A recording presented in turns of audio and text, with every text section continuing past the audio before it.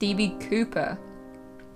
Nearly 50 years ago, an unidentified passenger hijacked a Seattle-bound flight before leaping out of the moving plane with a parachute and earned $200,000 in ransom money. The daredevil man became known as D.B. Cooper, since eluded authorities and has almost faded into legend. So many people think they know who D.B. Cooper is. I mean, he's depicted throughout pop culture. I mean, even in Prison Break, there was one of the older characters in prison who said he was D.B. Cooper, which, wasn't. Again, I just, no one knows what happened to him. Maybe the sketch artists just aren't... The sketches just can't be correct, if that's the case. Otherwise, I feel like they would have found him. He can't have been hiding for that long unless he was just living in the woods, not on the grid. That is just baffling. Someone who'd done something such a high-profile crime and then never be found. That is absurd. Mackenzie Luke, a California native, landed at the International Airport in Salt Lake City, Utah, where she was supposed to begin a semester of college. Mackenzie's parents didn't hear from her after her flight landed or in the several days that followed. She missed every phone call and failed to show up for a final exam. The investigation that followed quickly discovered the CCTV footage, which shows the missing woman after her flight. While we can't assume too much from these photos, it's been mentioned that Mackenzie seemed to wander around the airport aimlessly, as though she was waiting for someone. Investigators found that she took a lift from the airport to Hatch Park. Her driver was apprehended and interrogated as a possible suspect, but was released later on after they confirmed his alibi. Creepy. So she flew there to meet someone, and that person didn't turn out to be who they said they were. Or they were, but they were evil. Or she was just taken wherever she was dropped off, which is horrible. It's worse when it's unresolved or unsolved and the family can't even rest with the knowledge that they at least know what happened. That's worse when you just continue to mull it over in your head. What happened? Who did it? Who took her? That's awful. More than 80 years after Amelia Earhart vanished while trying to fly around the world, historians and explorers are still trying to solve the vexing disappearance of the pioneering American pilot. Earhart had already broken barriers as the first woman to fly solo across the Atlantic Ocean when she and navigator Fred Noonan embarked on what they hoped would be the first around-the-world flight in 1937. Yes, this is one of the most famous disappearances in history because she was never found. There's still so much speculation, as there are with any kind of case like this. There are pictures that people believe she's in, there's theories that she was spotted in certain areas and that she was still alive but she was just hiding or she was being kept hidden, but I just think that her plane went down, she was in the ocean. That's the thing that makes the most sense to me, but yeah, many other people believe that she was hiding in plain sight and she was just living a life somewhere else, but I completely disagree. She got a ride into Edmonton from an unknown male and was never seen again.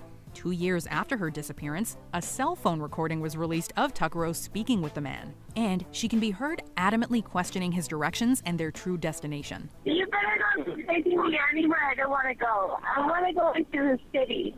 Jeez. Yo, we're not going into the city, are we? No, we're not. Just 4 days after the recording was released. And their search for the voice intensified.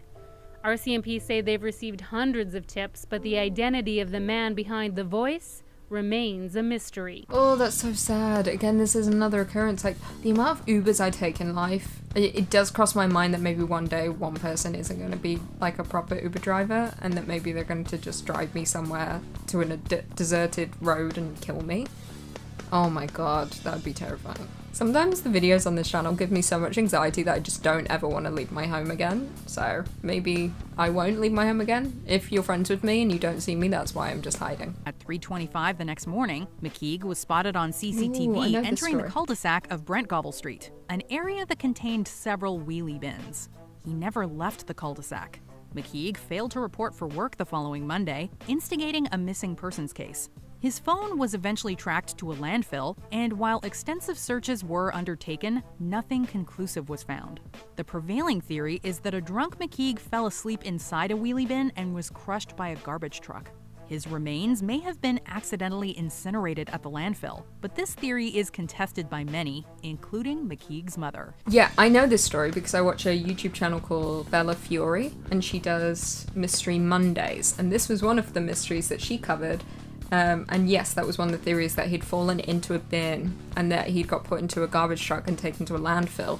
But the argument was that, surely the men would have noticed the significant weight difference. Apparently, there was never added weight on the truck or something. It came down to the weight on the truck. It didn't add up. It didn't make sense. So other theories was that he was killed and taken there. But I don't know. The wheelie bin thing makes the most sense to me. If he was that drunk, he might have passed out near the garbage or fall into a wheelie bin. A dumpster makes sense, but we don't really use dumpsters in the UK, just wheelie bins. 21-year-old Tapiwa Matui has currently been missing for 10 months after he vanished during a night out with friends in Swansea, Wales in February of 2019. Toppy, as he's called by his friends, informed his parents that he was going out to a popular local club with a group of friends on the evening of February 6th. When over 24 hours had passed without a word or a trace from their son, the Matui family reported him missing. A search quickly went underway and police were able to collect CCTV footage of Toppy's post-clubbing adventures fairly early on. It's unclear where he went after this, but it's the last confirmed sighting of the young man alive. No offense to Wales, but you scare me. Although I was born near Wales. Not in Wales, but close enough. It's Swansea. That's like a big city. Like, well, I mean, again, anything could happen at night. Evil people lurk during the night. 10 months and never been found. Did he ever get found? Like, how old is this video? Is this new? That's what's horrible. Like, someone can just go missing for that length of time and people have no idea. They don't know if he's alive. They don't know if he's dead. And then the family holds out hope.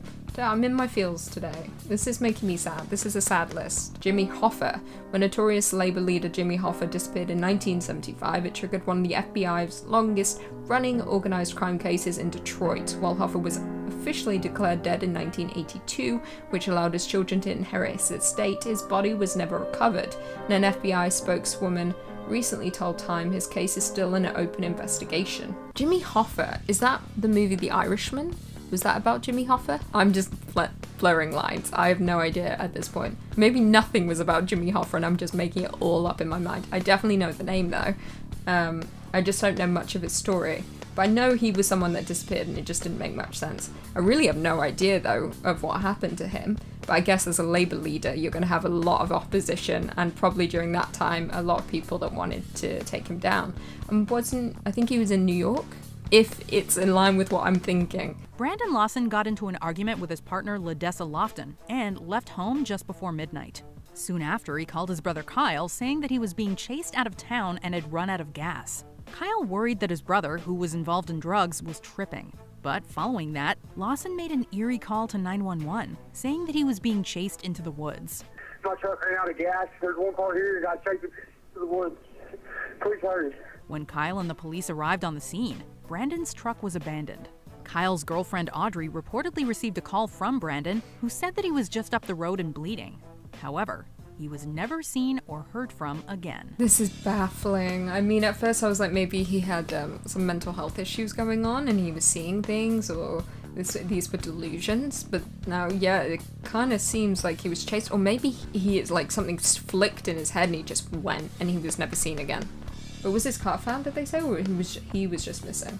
Maybe he ran into the wrong car in the road and they hunted him down, but I don't know, that's terrifying. Malaysian Airlines Flight 370. More than 200 people on board Malaysia Airlines Flight 370 appeared to vanish mid-air on March 8, 2014, despite government officials setting out on what they called an unprecedented search by air and sea that involved multiple countries and spanned at least 3 years. The aircraft and the remains of the 239 passengers remain missing. It's still unclear what caused the commercial plane to suddenly veer off course. Yeah, there's so many theories about this, and I swear they have found debris of the plane over the years. I feel like there's always reports of new stuff washing up on shore, but whether it's from this plane, I don't know. This one's terrifying, the fact that whole plane can just go missing. It obviously went down, so something malfunctioned within the plane. They lost their course, and I think they just went down. Some people thought they were shot down, or that it was even like a cover-up, but it's still, like, it's just so sad. Overall, the family's statements and given the evidence doesn't suggest that John went missing voluntarily. Saturday morning, his fiancée arrived at the hotel and woke her fiancé up. The couple talked for a short time, and according to her, everything was normal. They planned on the rest of their day before they proceeded to unpack. A few moments later, however, at 11 a.m., John left a hotel room without informing his fiancée of his plans or destination. He abruptly and silently walked out, leaving behind all of his most important belongings, including his passport. phone, and wallet. He was reported missing later that day when his fiancée hadn't heard from him in several hours, despite the approaching poker festival, which was the sole reason for the couple's trip.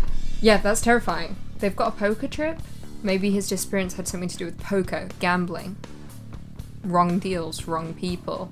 Someone took him? I don't know. This is what's baffling, is that we can only draw, we can only guess. The whole thing with Sarah Everett. A police officer took her and killed her. Isn't that horrible? Like, you just don't know. You have no idea who's going to take someone and who wants to hurt someone. People are mean. I don't like humanity. So it's literally 3 in the afternoon, and it's been happening more during the day. And it's just not even scary. It's really just annoying at this point, to be completely honest. I can't take this anymore. With banging noises on the door that loud, you would suspect that there obviously has to be somebody behind the door knocking that much. But as you can see, there was nobody behind Dominic's door. 3 in the afternoon, and it's been happening.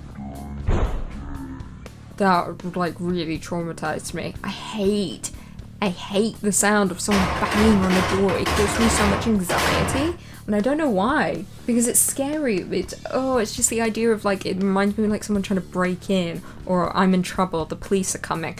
My biggest fear is I don't want to get in trouble for something I haven't done, I don't want to be Amanda Knox. That's a big fear. I hate being in trouble. I hate authority. Which may seem weird. No, just kidding. I'm tough. I'm the Dark Queen. I'm not scared of anything. You know what it is? It's banging. I hate unnecessary noise. I hate the sound of footsteps as someone sprinting towards you. I hate just any loud banging, unnecessary banging. Going down. I'm a cat hunt.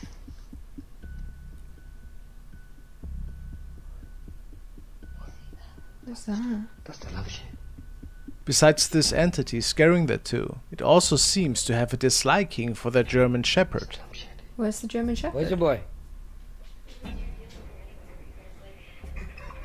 What's up?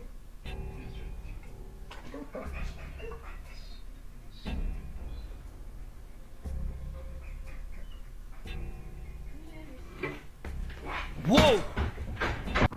Oh, that dog almost got RIP'd. That ghost was or demon was no, I don't like you. You're giving away my hiding spot over here in the corner. I'm gonna toss this, what was it, a TV? That was frightening. I didn't really understand the beginning video. I guess there was a shadow going past a small tree, or a regular sized plant. I'm not entirely sure. But yeah, that was creepy. Poor dog. Dogs always know. Animals always know when there's a ghost or demon about. That's why you should always have a pet on hand. Unless you just don't want to know. In which case, never have a pet. Take a good look.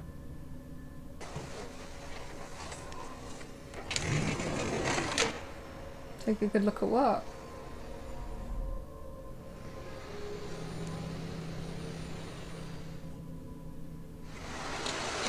Is that a person?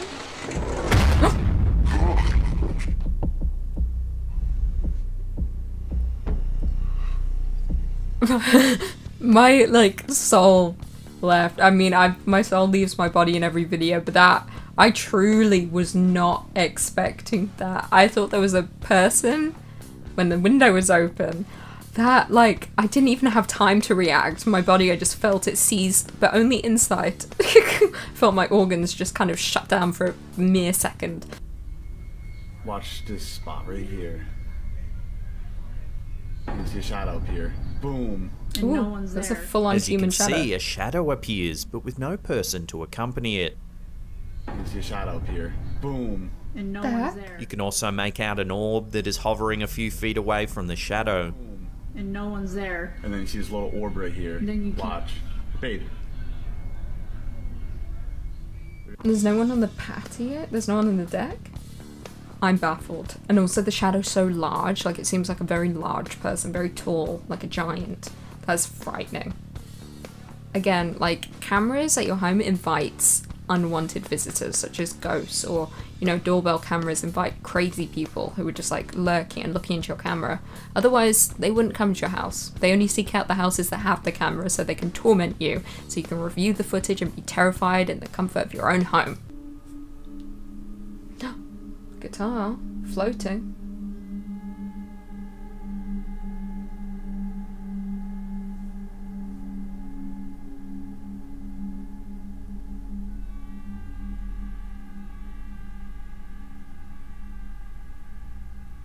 Oof. If this video is indeed real, then I have no idea what could have caused this ukulele to move around all on its own like that. I don't know why it's funny that it's a ukulele and the way he says ukulele, because ukuleles are stupid. Just kidding, I mean if you have one that's fine. I don't know what it is about ukulele, they just make me laugh. They remind me of people I went to high school with. Everyone went through a period where they wanted to play a ukulele. Everyone, except for me. I never wanted a ukulele, I just wanted a guitar. But yeah, everyone went through that period and it always made me laugh. We're like, oh, I'm gonna learn to play the ukulele. So here's a ghost who's just had enough of the ukuleles and is tossing on the floor so no one can play Imagine by John Lennon ever again. In the video, we can see a multicolored object hovering in the night sky.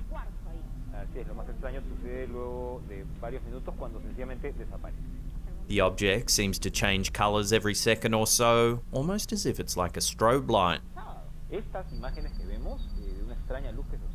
The video cuts to a long shot of the city at night time with the light flickering over the buildings.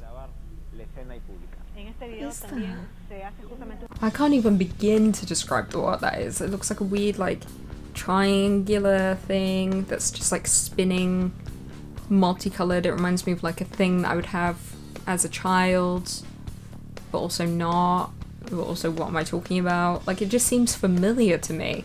Maybe it's because it's something that's visited all of us, like an alien life force, and we all feel some sense of attachment to it. We know what it is, but we can't understand why. It's like the fourth kind, the owl appearing at the window. Everyone's seen the owl and they can't remember why. And it's because they've all been taken by aliens and probed in space. Upon review, viewers can see a bike appear out of the left of frame that slowly rolls down the street with no visible rider on it. Of course, many viewers first thought that there could have been a very strong wind causing this peculiar occurrence. Others debated this, saying that no kind of wind could make a bike ride in such a straightforward and steady manner. Yeah, I mean, wind doesn't allow a bike to balance on its own. How can you think the wind is doing that? I mean, the only explanation is, you know when someone's on a bike and they're riding and then they jump off the back and allow it to keep going, but it usually falls before then. That goes on for way too long. Someone's riding that bicycle.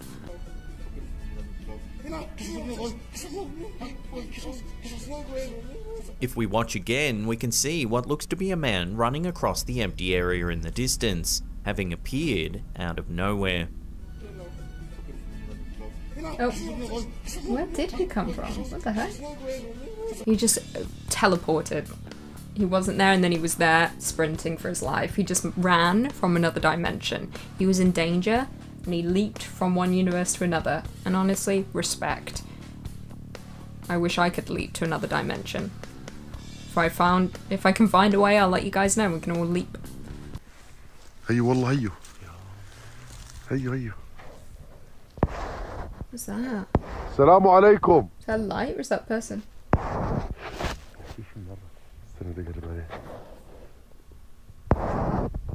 Oh, it's a person. It's a person. Oh, I hate that. Is his face red? Glowing? No. Oh my god. I was ready for a jump scare.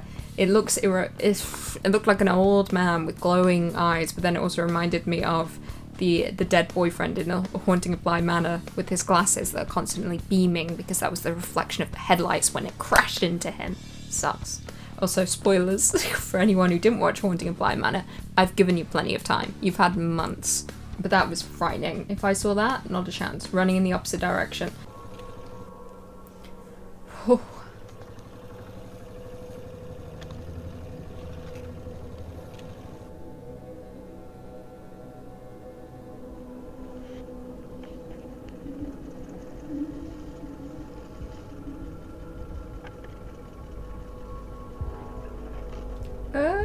What's that?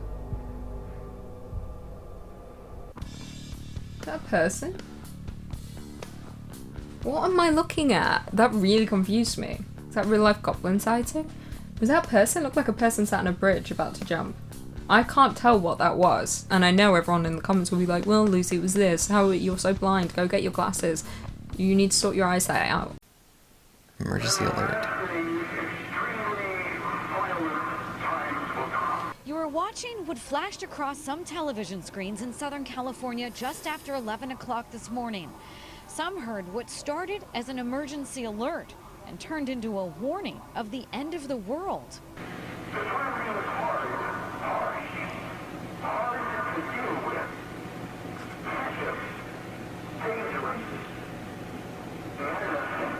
Is that something that TV stations have contingency plans for? Do they have these pre-recorded messages in case the end of the world happens, like for different reasons? Like, you know, they've got one for like a nuclear apocalypse, they've got another one for a religious apocalypse, a rapture, if you would. Another one in case like the SCP Foundation is revealed to be real. I don't know. Is that something they've prepared for? Or do they have one that's just kind of a blanket? This one could be it, or maybe. Just maybe, and I think this might be the case here, is somebody has hacked into the frequency there and is now using it as their own personal soapbox for their perceived end of the world. For the most part, the Chinese government keeps a white-knuckle grip on the reins of the media. But during Friday prime time on August 1st, 2014, hackers temporarily wrested away control, hijacking local cable in the city of Wenzhou.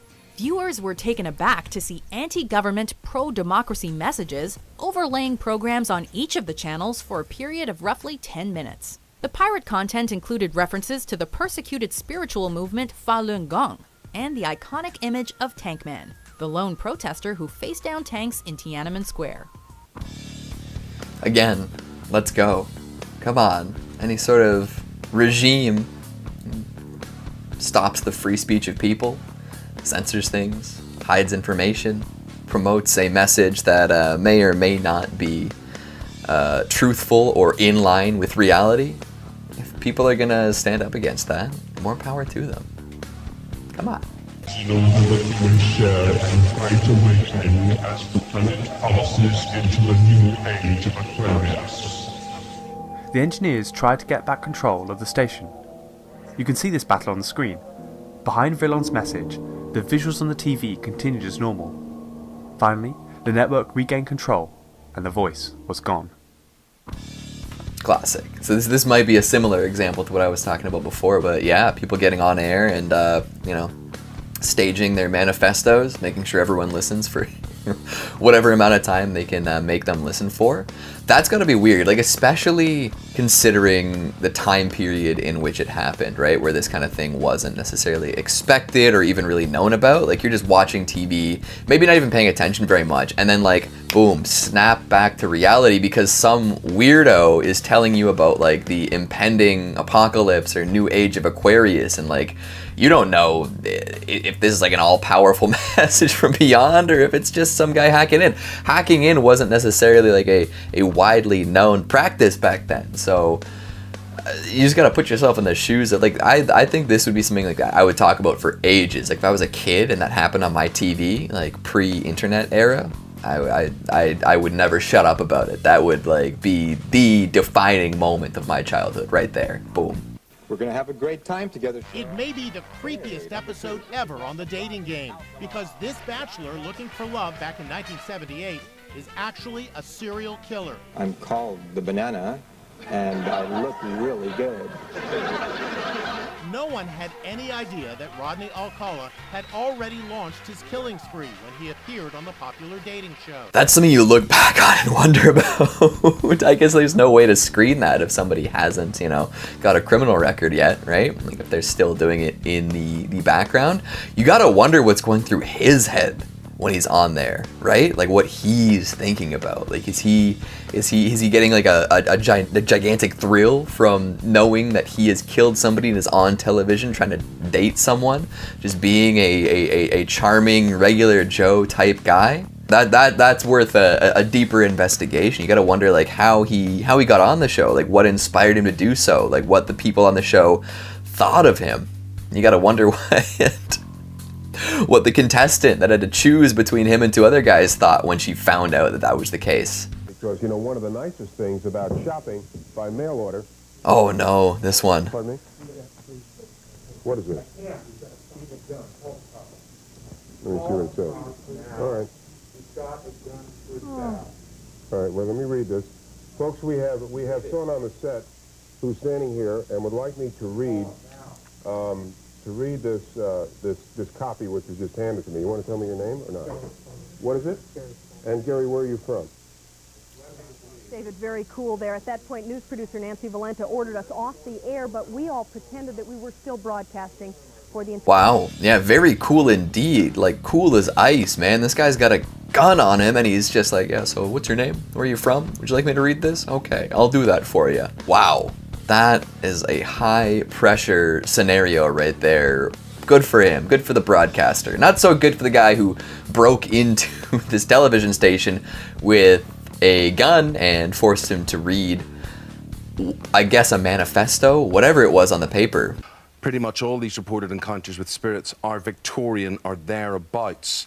Gaynor Green says, my nana has a collection of dolls in her dining room. They're so creepy. They look as if they're just waiting to pounce. Now, you put this up for sale, right? And you put it on the web, right? And you were quite upfront because you didn't want anybody buying this unless they knew this was possessed, as you believe possessed. I didn't list it as a haunted doll. I listed it as a creepy doll. Did they not notice that the doll was rocking its chair all on its own? They had the cameraman was zoomed right in on it. I'm 100% sure they had cameras rigged for the 2 interviews, the wide, and then one for just the doll. And that camera operator was like he can't say anything, but he's like screaming internally at his producer, like, get this, get this, get this. And the producer was like, boom, switch to camera, doll, go. But nobody seems to notice. Why would she list it as just a creepy doll, though, and not a haunted doll? I feel like it's like that's irresponsible not to let somebody know. The communist regime in Poland was holding on by its fingertips. Economic crisis was inspiring dissent, inflamed by the underground trade union Solidarność, Polish for solidarity. During the 1985 parliamentary elections, the regime banned opposition candidates from running, prompting calls for a boycott. To get the message out, 4 astronomers at the University of Torun superimposed text supporting solidarity and the proposed boycott. They were caught, but received a light slap on the wrist in the form of probation and a small fine.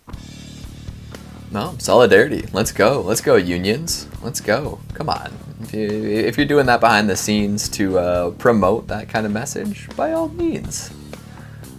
Especially if you're being, censored and pushed out by other people. If people are being banned from running or promoting certain messages, what is that? Send this jinn to block you to speak or to go to court.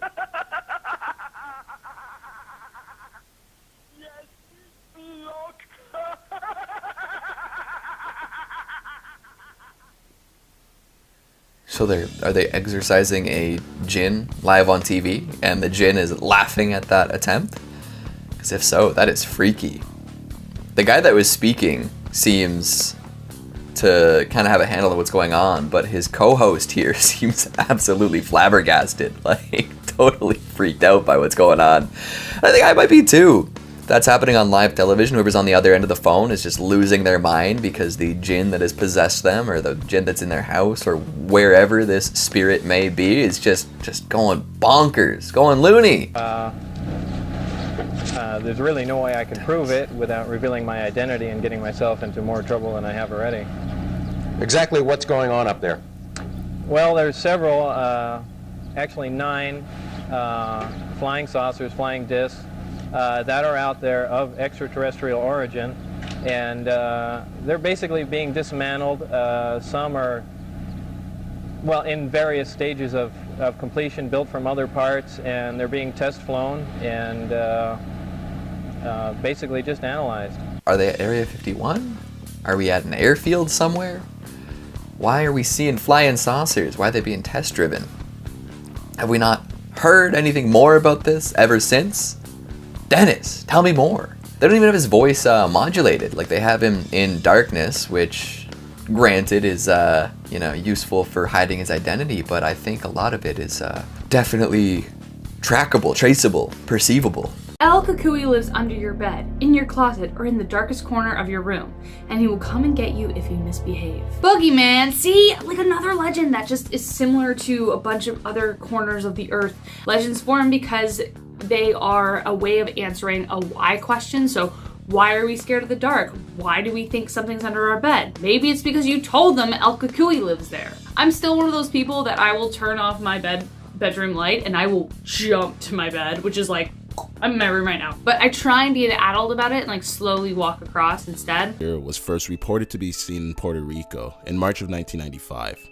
In this first reported site, 8 goats were discovered dead, completely blood drained. The Chupacabra was also seen again that year, only a few months later, where around 150 animals were allegedly killed. After these bizarre attacks were published in Puerto Rico, more and more attacks were reported, but this time not just in Puerto Rico, but all over the South American continent. There are many different descriptions of what the Chupacabra really looks like, the most popular being a reptilian creature with green skin and red eyes. It is also said to have a giant spike going down its back. Other descriptions say it is a hairless wolf-like creature. So a big dog, essentially. A big dog. They did an episode about this on Scooby-Doo when I was a kid, and I remember thinking he was a really cool monster and very scary at the same time. Imagine the horror of being a farmer and waking up the next morning and just seeing all of your flock slaughtered. That's so sad. I mean, it probably is a wild animal, but the fact that they haven't figured out like which one it is begs the question that this one is very good at hiding from the human eye. Hitchhiker.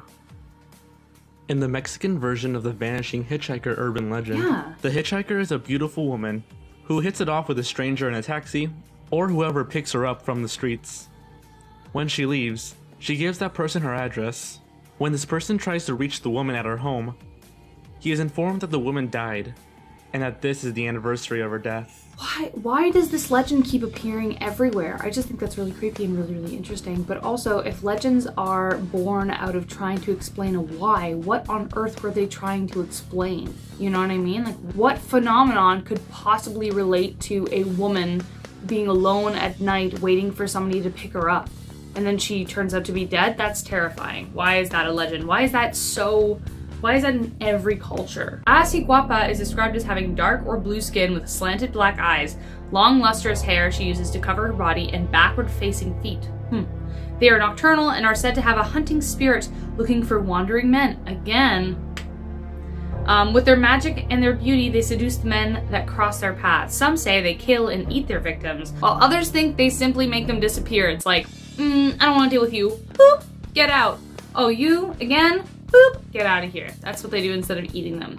That's nice. No, it's not. It's not nice. Don't do that. Don't do that. You don't want people to just disappear or be eaten. That's so mean. Again, but it's another femme fatale myth, right? Ooh, handsome men get lured into a forest and disappear because they probably ran into another woman's arms, or perhaps into each other's arms, is all I'm saying. The El Sobreron. This Guatemalan mythical being wears a big black hat that covers most of his face. He's very short and is said to carry a silver guitar to serenade women with long hair and big eyes. Oh no! He is said to be obsessed with braiding. When there are no animals around, he looks for young women whose hair he can braid. In one account, it is said he found a beautiful woman with long hair and large eyes that he was mesmerized by, so he stood outside her balcony. Upon hearing his music, she became enthralled by him. Honestly, I don't blame her. He likes to do your hair. He plays guitar really well. Come on.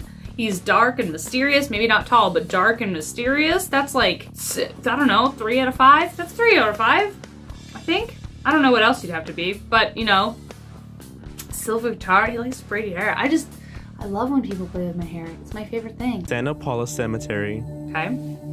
The Santa Paula Cemetery, or in Spanish known as Panteón de Belén, is a historical cemetery located in Guadalajara, Mexico. The cemetery is surrounded by many legends. Ooh. It opened in 1948, and it was formally closed in 1986. Legends of vampires, pirates, lovers, Ooh. the monk, the child afraid of the dark, the story of Jose Cuervo, the nun, and many more have surfaced and are a part of the local folklore. The cemetery attracts a lot of attention, especially during the Mexican holiday, the Day of the Dead. I love cemeteries. I actually think they're so beautiful. I don't know what it is. Even though they're really creepy, I think it's like I don't know what it is. I walked, there's a beautiful cemetery in Toronto called St. James Cemetery, and it's just like the best because you can walk around. Same if you go to England, you can just walk and see people like who died, you know, 400, 500 years ago sometimes. It's just incredible. I actually find them incredibly peaceful, except for the fact that, yes, yeah, demons could also be lurking there as well, or vampires too, which also makes the little vampire-obsessed teen in me kind of curious, kind of waiting for someone to show up. Mala Hora, also known as the evildoer, is an evil demon that is known to be scarier than the devil himself. She will stay late at night at dark intersections on isolated roads and wait for a lonely traveler to cross paths with her. Mala Hora changes shapes and sizes constantly and rapidly. She starts off as a large black blob of mass. If you encounter La Mala Hora, she will do her best to literally drive you insane to death. When the time is right, she will rush up to her new target and strangle them. Most people will refuse to talk about this evil demon in fear, of course, that she will be finding them. Ooh, this is creepy because it's another kind of myth that explains why we're so afraid of shadows, you know? There's nothing creepier than looking in a forest at night and just seeing like the black in between the trees. So creepy. I like it though. La Extabe is a Yucatec Maya myth about the female demon. Extabe is a supernatural femme fatale, who preys upon men in the Yucatan Peninsula. She is said to dwell in the forest to lure men to their deaths with her incomparable beauty. I love how there's always like a femme fatale, like a deadly, obviously, femme fatale myth in like every country in the world, or like every indigenous heritage. There's always some kind of like femme fatale. There's always like a lure into the forest, and I feel like that was just like men being like, oh my god, I got lost because there was a pretty woman, and you know, guys, like, I just can't resist that. That's what that reminds me of. I just love that. The man who whistles. In Venezuela, El Sidbon, or the Whistler, is an urban folklore about a terrifying man who killed his father in cold blood and even devoured his organs. Yeah. El Sidbon is now doomed to wander the earth as a lost soul, carrying a bag around filled with his father's bones. The Whistler gets his name from this whistling sound that he always emits. And when the whistling sounds far away, that means he's actually really, really close by. And some people don't even notice until it's too late. Oh man, that would be so creepy, because what if you just thought it was a whisper on the wind? You know? Like it was just like... And then next thing you know, it's like, ah! You know? So... that would suck! El Cadejo. Known in some variations throughout South America, El Cadejo is the manifestation of a big, ferocious black dog with fire-like eyes. Ooh. According to the legend, El Cadejo would appear to his victim at exactly midnight. If you're a good and religious person, a white, shining dog, the counterpart to El Cadejo, would appear to protect you. On the contrary, if you're a bad person, El Cadejo will rip you to shreds, devour your insides, and leave you unrecognizable. Don't like that. Don't like that. I hated all the scenes in Game of Thrones where like the dogs would just tear people apart. Ugh, it's like one of those images I just can't get out of my head. Also kind of like a hellhound, but not quite. The Lesser Key of Solomon, also known as Clavicula Solomonus Regis, is a cursed grimoire of demonology. Oh, I know about this one. Why didn't Its I know about original this? authors are unknown, and it's said to be comprised of texts compiled sometime in the 17th century. The book contains passages on how to conjure spirits of the dead and demons, and how to control these entities to do your bidding. Curses and invocations also play a large role in the ancient text. Esoteric topics like how to become invisible and how to locate missing or stolen items are covered. Recipes for love potions and liquors of persuasion are also scattered throughout the book. Super creepy, but also I'm intrigued. You know what I mean? Because this is also the kind of book where, you know, in Hocus Pocus, when he's like, oh, don't light the black flame candle, don't read this book. That's exactly what this is. And then if you try and burn it, it won't happen because it's protected by magic. The Book of the Sacred Magic of Abramelin the Mage is a 3-part 15th century book of mystic arts written by Abraham for his son Lamech. It was translated to English in the year 1900 and quickly developed a reputation for being cursed. Abraham believed that every person had their own unique personal demon. Through this book, readers could learn rituals and bring their own personal demons under control. They could then learn to perform supernatural feats using sigils of magic words on a grid. But this book has a huge downside. It's believed anyone with a copy in their possession will be haunted by spirits from another realm. Being haunted isn't necessarily a bad thing, especially if the ghosts are nice. You know what I mean? If you got the three guys from Casper, who are like the uncles, they're the worst. Maybe not the best idea. But Casper, one of them could be nice. Could be a nice little visitation. Again, another book that you should really never open or read because that automatically is going to summon some demons, and we don't need any more crazy happen in this world today. The Orphan Story is a book that was written in the early 1600s by a monk that broke his sacred vows, and it tells the tale of a young boy who leaves Spain at the age of 14 to seek out adventure and fortune in the Spanish colonies. The story follows the boy on his travels, and it features run-ins with pirates, romantic encounters, and showing the boy becoming a soldier, then a monk, and then an archbishop. The strange thing with this book is that it was only published over 400 years later in 2018, despite many attempts to translate it and get it published throughout its history. That's because anyone who has ever been involved with it has said to have met a tragic end, through things such as unexplained diseases or accidents. Yeah, I actually know about this one too. It's really, really interesting. I'd love to actually read the story because it sounds like a Monte Cristo-esque kind of deal. That is my favorite book, by the way, Count of Monte Cristo. It's really interesting that somebody had to be like that much of a skeptic to actually write it, because there's also, what is it?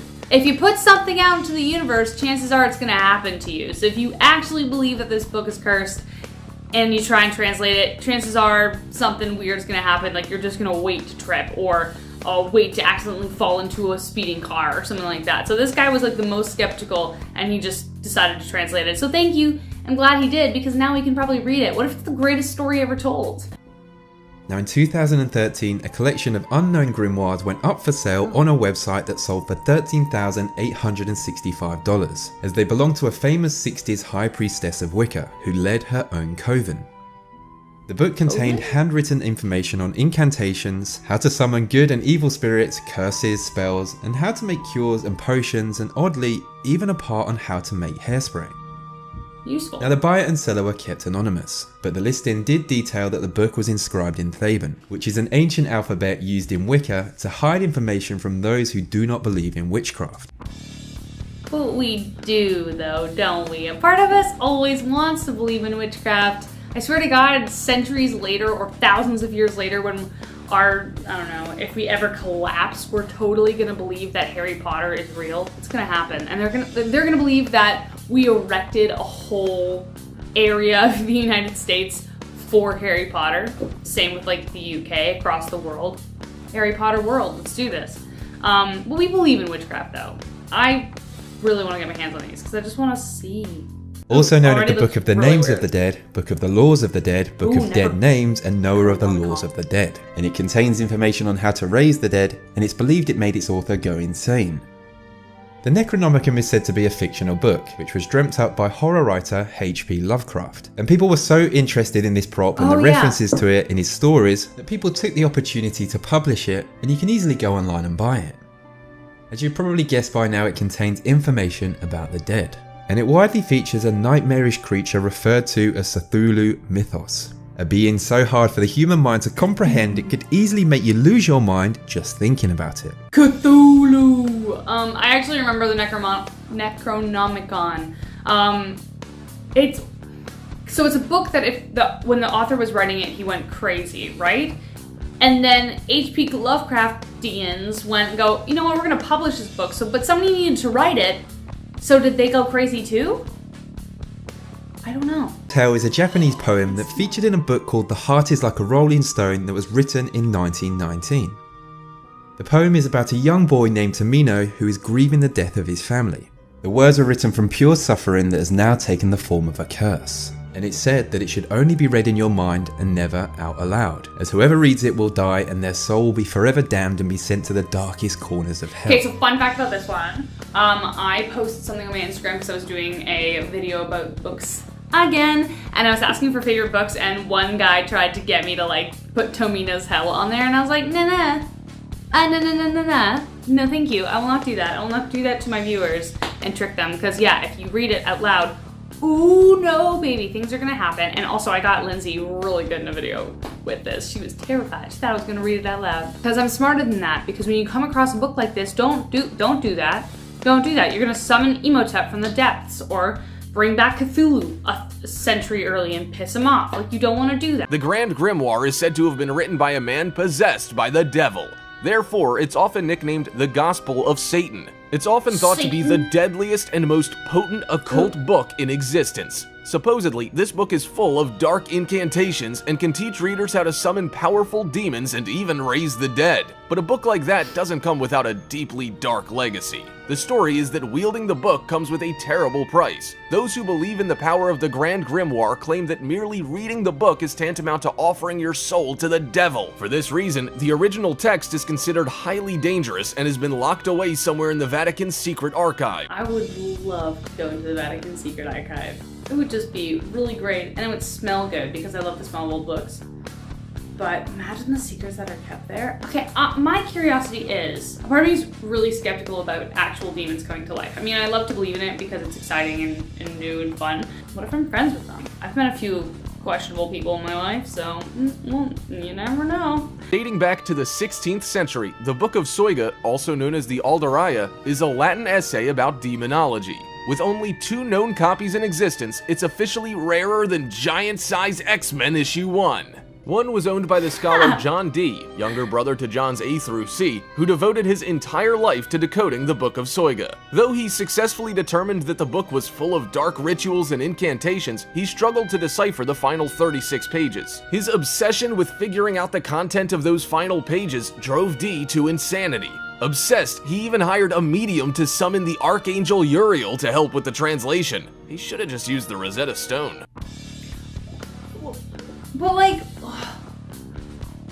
how do they know it even works, man? I guess you just believe in it. I guess it's just pure faith. You know it's gonna work. But this is why people open books that they shouldn't, because they're like, I just want to know maybe it works. You know, maybe it's actually true. Because unless you've summoned a demon before, how do you know this is actually the blueprint of summoning a demon?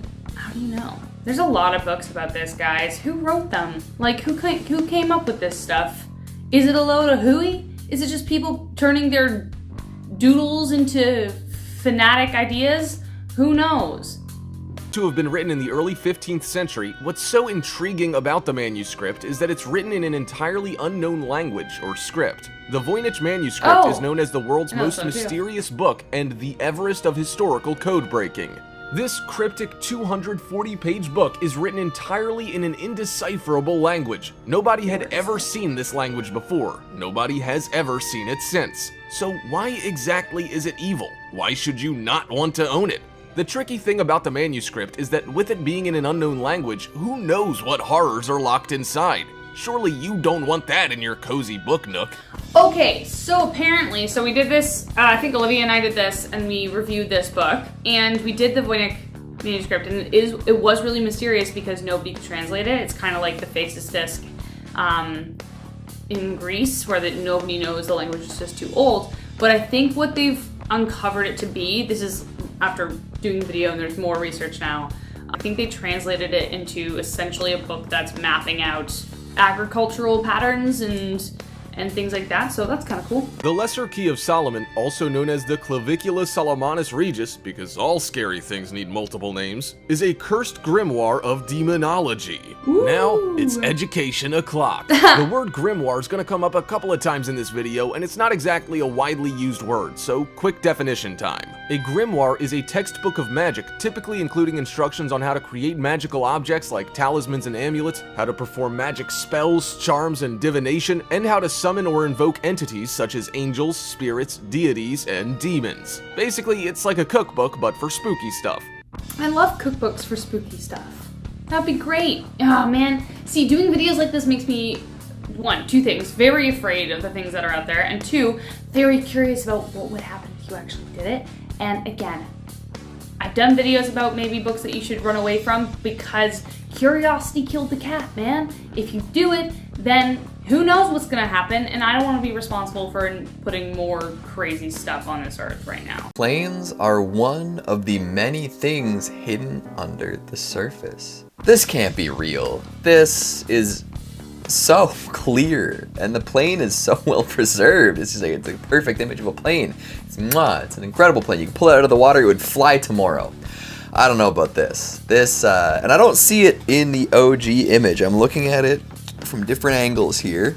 I'm sure that this is great on camera, but I don't see a gosh darn thing in this original image here. The actual lake, I only see the plane in the box, where it's a lot more obvious. Like, this looks like one of those like plane toys you got at the dollar store, you know, like a little model plane. You throw it across the room, it doesn't fly at all because it's made out of like aluminum or something. Cursed figure in Nancy Francie. I remember seeing this years and years and years ago. I remember seeing this, and then they went back and they blurred it, right? Like, this thing was on somebody's balcony, you know, obviously it's getting ready to go on a bike ride or whatever, but then somebody found it and they made like a big deal about it. It went viral, and then people went back to find it again, and Google had gone in and blurred it, and that made people even more freaked out by this thing, because why do they have to blur it? Why is it being censored? Oh my goodness. I'm very curious about this, and I gotta wonder if somebody's ever come forth and be like, hey, that's my statue. Sorry about that. Sorry for freaking everyone out. The haunted town's only resident. Ooh, is that it? Beside the house, that little figure, like dead center. It looks like it's wearing a hood and like red pants or a red skirt.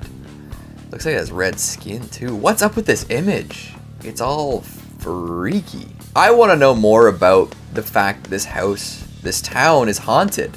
What makes it haunted? Why does it look like an oil painting or something? Why is it so foggy and fudgy? Why does nothing look the way it should look? What town is this? Where'd all the other residents go? Too many questions, not enough answers. Alien bunker, found etched onto the desert floor near Mesa Huerfanita, New Mexico. There are 2 large diamonds surrounded by a pair of overlapping circles. So I was looking at the wrong thing. I thought the bunker was closer to the San Miguel Ranch down there. But no, it's these 2 overlapping circles. I'm not really sure what to make of that, to be honest. Is this something that humans did not make? We can prove that. We can prove that no human has ever been back there to create these circles and diamonds. What does this kind of symbolism mean? I feel like it's like somebody's like doing some alchemy, casting some spells. That's what I'm taking from this one. I'm curious. I'd like to know more about this. Pigeon people in Japan. Reddit alerted us to these pigeon role players who watched the Google car pass by. Pigeon role playing is apparently a thing in Japan, as is pigeon dating. Oh! I didn't expect that. I'm not really sure what I expected. It looks like Hatoful boyfriend. That's not even scary. That's just funny. I mean, if people like dressing up as pigeons, they like dressing up as pigeons, you know? Deal with it. Love it. The Lake of Blood. Now this can't be real. Somebody went into Photoshop and just airbrushed some red into where the blue should be, right? There's no way there'd be an actual lake of blood. Can you imagine the stench? The smell of a lake of blood in open air? Baking under the sun all day? That can't be right. Outside Sadr City in Iraq lies a blood red lake. There is, as of yet, no official explanation for the color of this strange body of water. Interesting. But have people talked about the bloodiness of it? Has somebody come forward and said, hey, we're living next to a stinking lake full of blood? Could it just be that somebody like dumped some like waste in there, made it red? Some old rusty iron, you know, gave it a red tinge? Maybe a food dye manufacturing plant made too much red dye number 2 and couldn't sell it to the jube makers? I don't know. The puzzling pentagram on the wind-blown steppes of Central Asia in an isolated corner of Kazakhstan. There's a large pentagram measuring roughly 1,200 feet in diameter etched into the Earth's surface. The 5-pointed star is surrounded by a circle located on the southern shore of the Upper Tobol Reservoir. Shows up vividly on Google Maps. So somebody Somebody likes their pentagrams, and they made a big one. That's huge, and it's right at the edge of the water here, like right at an isolated point. That's interesting. You gotta wonder if they're trying to summon something bigger. One day, the tip of this place is gonna be gone, and in its place is gonna be an enormous monster wreaking havoc. I'd be interested in seeing that. I'd like for that to happen, for that to be world news instead of, all the other horrible atrocities. A phantom island known as Sandy Island. In 2012, a group of Australian researchers undiscovered an island the size of Manhattan in the South Pacific. A mysterious place called Sandy Island has popped up on maps northwest of New Caledonia. It even showed up as a black polygon on Google Earth. But when scientists sailed there in November 2012, they found open water instead of solid ground. Interesting. So it's one that shows up on satellite images, but doesn't actually appear there. I like where this is going. There's a lot of myth making you can do with this, where it's like maybe like only like the chosen few can be there, or if you approach it too quickly, like it sinks back underwater, only to be discovered by the pure of heart or something. I like this. I like this mysterious phantom island. I would like to visit it, but for now, I guess nobody can, because when people tried, no island. This image from Google Earth shows an anomaly that some believe could be an unexcavated pyramid. Dozens of anomalies in Egypt have been detected using Google Earth in the past 5 years. However, there is a debate as to whether they represent natural features or artificial structures. More excavations are needed, but the security and economic situation in Egypt has limited the number and size of excavations. Interesting. So this is one that just, may or may not be there. They don't really know the origins of it. I can't wait till they find out more, all in due time, of course. You don't want to rush stuff like that. You don't want to go barreling in, but I'm interested. I want to see what happens. Find out the mystery behind this pyramid, this mysterious pyramid, as it's titled. Island in a lake, on an island, in a lake, on an island. What? Excuse me? It's like a turducken of lakes and islands and lakes and islands? How many lake island is that? Google Earth captured this image showing a tiny island that resides inside a crater lake on an island called Volcano Island in a lake called Lake Taal on the Philippine island of Luzon. For years, apparently, this phenomenon was thought to have been the largest of its kind spied by Google Earth. However, as it turns out, this accolade goes to a 4-acre spit of land in northern Canada where no human has likely stepped foot. Let's go Canada. Get it. Yeah.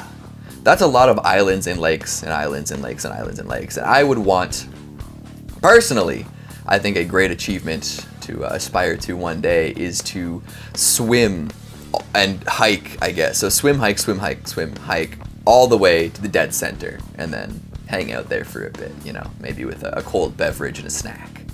Yeah, let's get it.